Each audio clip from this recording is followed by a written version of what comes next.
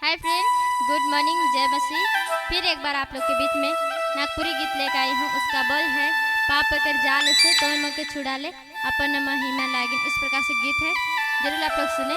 अगर हमारी वीडियो अच्छी लगती है तो लाइक करें, एक छोटा सा कमेंट करें, अपने दोस्तों के साथ शेयर करें और इसी तरह के रोजाना वीडियो देखने के लिए हमारे चैनल रॉक पैड को जरूर सब्सक्राइब करें।